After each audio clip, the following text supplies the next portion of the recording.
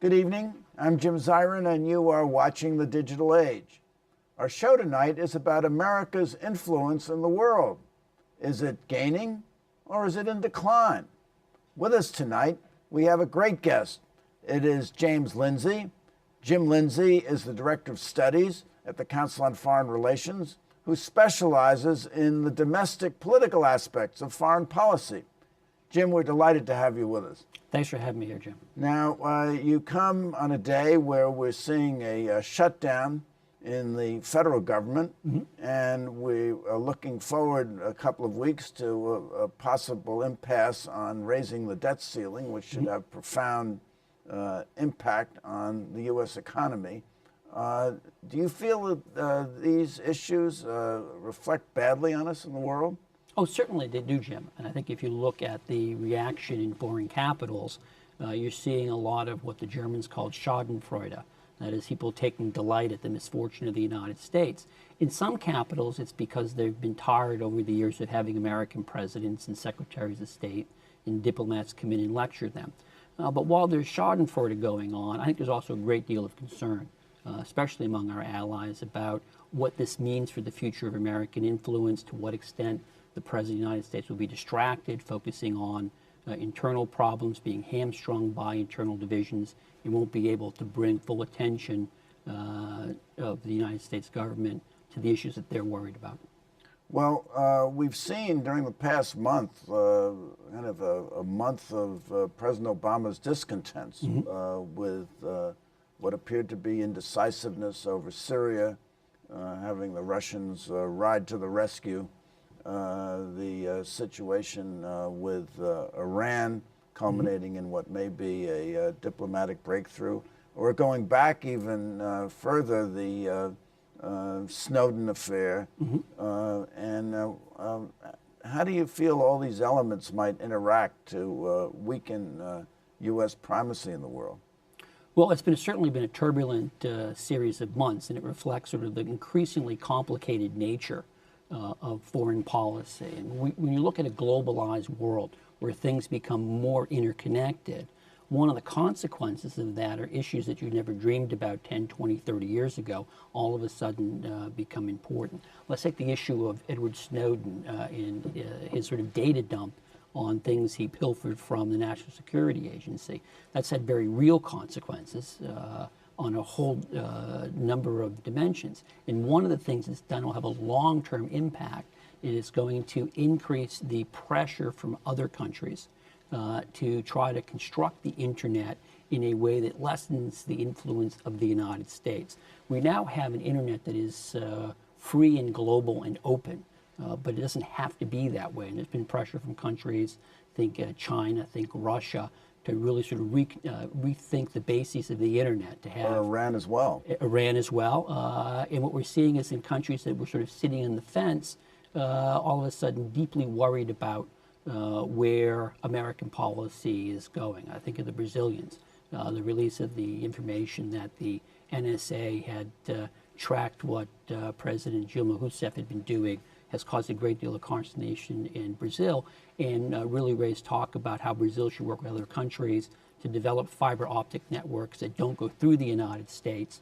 And that can have very long-term consequences, not really for the specific issue of national security, but broader issues of economics. I mean, the growth of the internet has really made possible tremendous economic growth, and that economic vitality and dynamism may be up for grabs. Well, when Hillary Clinton was a Secretary of State, she said one of the cornerstones of American foreign policy would be connectivity. Correct. A worldwide global internet. Now you see that receding in some sense? It may, and that's really sort of what's at stake here. And again, there are competing visions of how the internet should operate. I mean, when you sort of think about the internet, it's quite remarkable. I mean, we're clear here in the United States how it's benefited us. We can go on in whatever hour and check the news and things like that. But it's also been a great stimulant to economic growth, not just here, but abroad. I mean, there are wonderful stories about villages in India where local fishermen have been able to, by using their cell phone technology, find out the latest prices on the market for fish, and know which port to bring their fish into to get the best price to increase their profits so they can reinvest in their own businesses. So a free and open internet has a real big impact for lots of people, but it's not clear that the sort of global free open internet, what we sort of are used to today, will persist.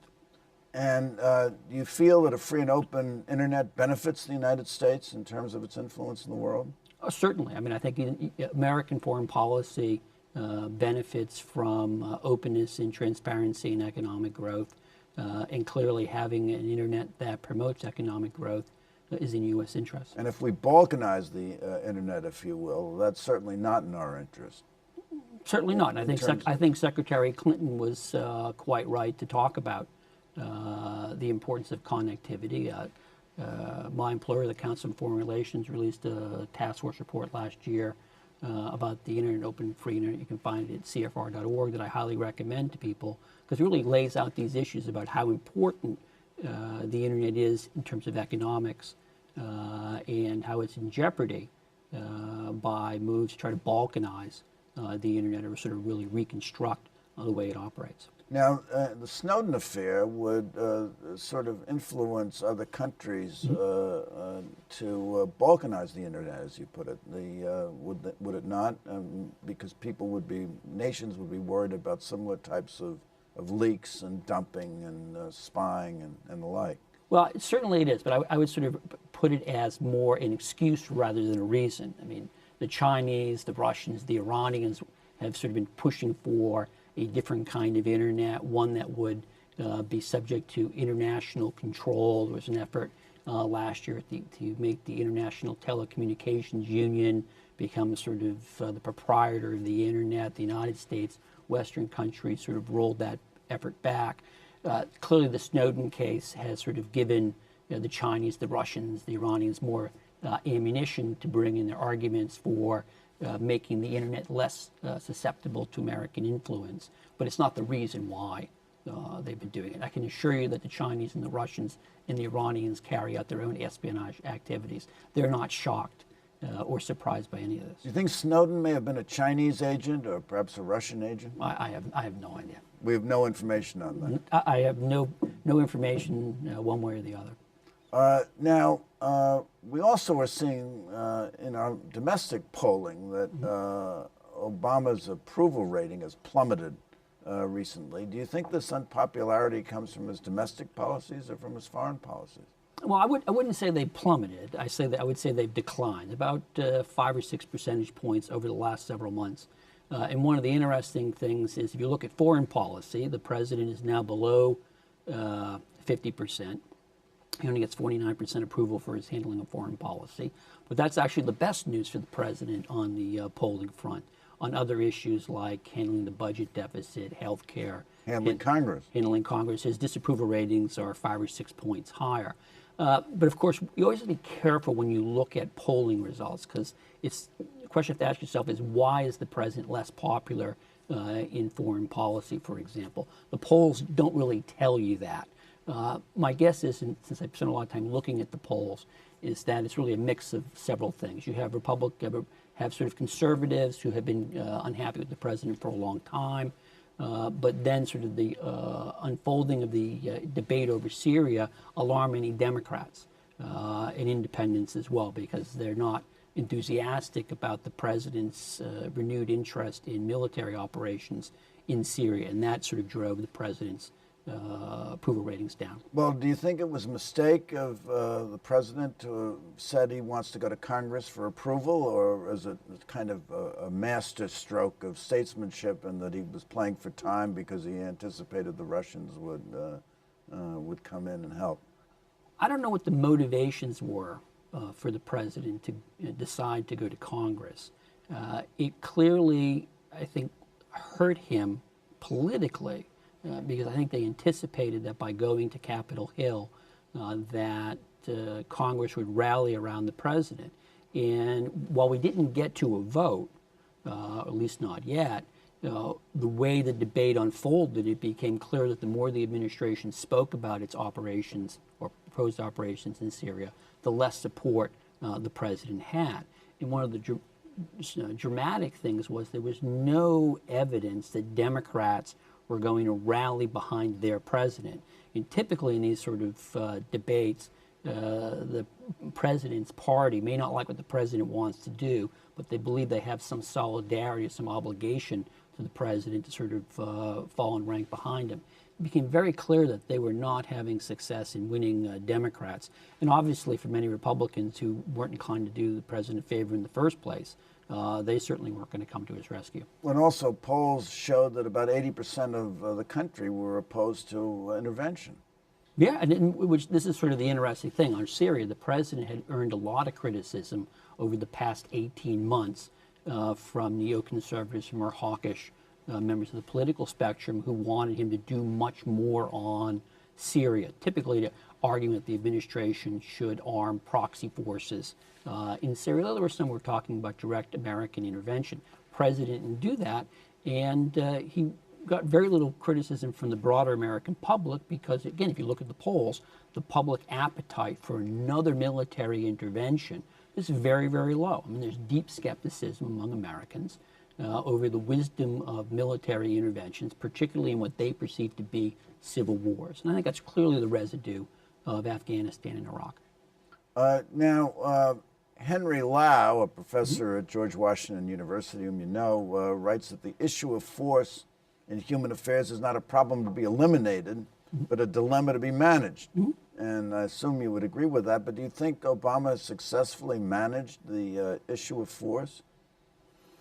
Wow, that's a tough question. And I think, how one manages force depends upon context and the nature of the challenges. And let's sort of step back. I think it's pretty clear that when Barack Obama was elected president, his main message to the American public on foreign policy was, I'm going to wind down American military commitments abroad, active occupations abroad. That's really the message on Iraq, and the president kept his campaign promise, U.S. troops are out of Iraq. And given that, I think... But not in Afghanistan. He said he'd get us out of Afghanistan, and then he surged the force. Well, what is interesting, what he said during the campaign was that we were investing resources in Iraq, and we really should be looking at Afghanistan. And then he came in, and there was a sort of a mini surge when he first came in, and then later in 2009, the much larger surge. Now, we can argue back and forth about whether that was a wise thing to do, whether it was rolled out properly and what have you. But I think the president clearly sort of tried one last time in Afghanistan, but now we're clearly on the downside trajectory on that. But back to your original question about force. Force is a tool of international relations, but it's not the only tool, and it's not even necessarily the tool that's most effective. And I think that's the challenge the president faced in Syria. It's very easy to use American military force. The American military is supremely talented, supremely equipped, supremely well led. The problem is, what are you trying to achieve in terms of your foreign policy objectives? Now, it's very easy to break regimes. We did it in Iraq. But the challenge for American foreign policy has always been, how do you build regimes? And we've discovered, not just in the last decade, but over the last 100 years, that it's very difficult for the United States to construct a functioning, effective, legitimate government elsewhere. Now, Dean Acheson said that if we're to negotiate, we must negotiate from strength. And I guess John Kennedy said we must never negotiate from fear. But as you see our influence, particularly in the Middle East, waning because of some of the factors we've discussed, does that mean that the negotiations we're contemplating with the Syrians over chemicals and over the next year with Iran over their nuclear program, that we're not going to be able to engage them with a strong hand that we would like? Well, I would again step back and say, certainly from the ability to play the military card, the United States remains the unrivaled superpower. The administration and the United States government is capable of inflicting tremendous military destruction on Iran and on Syria. So that sort of tool of influence still exists and will persist for quite a long time. But we have to be believed for it to be an effective tool. We have to be believed, but that's sort of inheres in the nature of, or the context of the issue. And I think in Iran, the credibility of an American military threat is probably higher than it is in the case of Syria, because in Syria, there's a real concern, obvious in the American public, about the wisdom of becoming embroiled in a civil war. The bigger challenge, though, in the Middle East is that American foreign policy historically has been much more successful when what it's seeking to do is change the foreign policy behavior of other countries. In instances where the United States has sought to reconstruct societies or influence issues within countries, we've been much less successful. And again, this is not a recent development. If you go back and look at the presidency of Woodrow Wilson 100 years ago, where the United States went into Mexico, went into Haiti, went into the Dominican Republic, went into Nicaragua, all on a mission to reconstruct governments and to build properly functioning societies. In several cases, spent decades occupying those countries and didn't produce much at the end of the day. So this has been a perpetual problem in American foreign policy. And again, the challenge for the Obama administration right now is that in several of these countries, think Egypt, the issue isn't what we can negotiate with the Egyptians, it's what kind of Egypt are the Egyptians going to choose. We have very little leverage over that, and that's a challenge for this administration and any successor administration. Well, for 35 years, we've been saying that there's going to be regime change in Iran, and we've tried to orchestrate regime change in Iran, and we haven't been successful. If anything, the regime has become much more obdurate over a period of time and much more antithetical to American interests. So is that another example of where we haven't succeeded with regime change? Well, my more conservative colleagues would argue we haven't really tried that hard to produce regime change in Iran, and that we should try a lot harder. But putting that issue aside, I think, in Iran, what we're really seeing right now is sort of the great reveal. President Obama succeeded in rallying the international community to put tougher sanctions on the Iranians. You think they've worked? We're going to find out whether they've worked. Clearly, we have Prime Minister Rouhani came to New York earlier, or I guess last month now, and spoke about Iran's positions, clearly sending signals that the Iranians want to talk, are going to have direct negotiations. We had a direct phone call, first one, I guess, in 34 years. 35 years. 35 years between the leaders of the two countries. So the signals are all positive, but we haven't gotten down to the tough part, which is, okay, nice words, what are you willing to do? And I think the Iranians clearly want some relief from international sanctions. But what we don't know is whether they're willing to pay the price that the U.S. government is going to insist upon. I think that price is likely to be fairly stiff. Well, they have maintained absolutely that they have a right to enrich, and we have said that they cannot have a nuclear weapon. We haven't said that they can't be in a position where they could easily break out into a nuclear weapon in a short period of time. I would assume that any deal that's negotiated would have to be acceptable to Israel, and Israel said that they must dismantle completely their enrichment capability. So do you see any possible middle ground that the parties could agree on, given those positions? Well, it's certainly possible to strike a deal. I mean, if you take what both capitals have said, and again, keep in mind the Iranians have said they have no intention of developing a nuclear weapon. There's a fatwa against nuclear weapons issued by the... Well, no one can find the fatwa, but they have proclaimed this. So if you take them at their word, in theory, there's a deal that can be had there. What we don't know is whether, again, the Iranians are willing to match word with deed.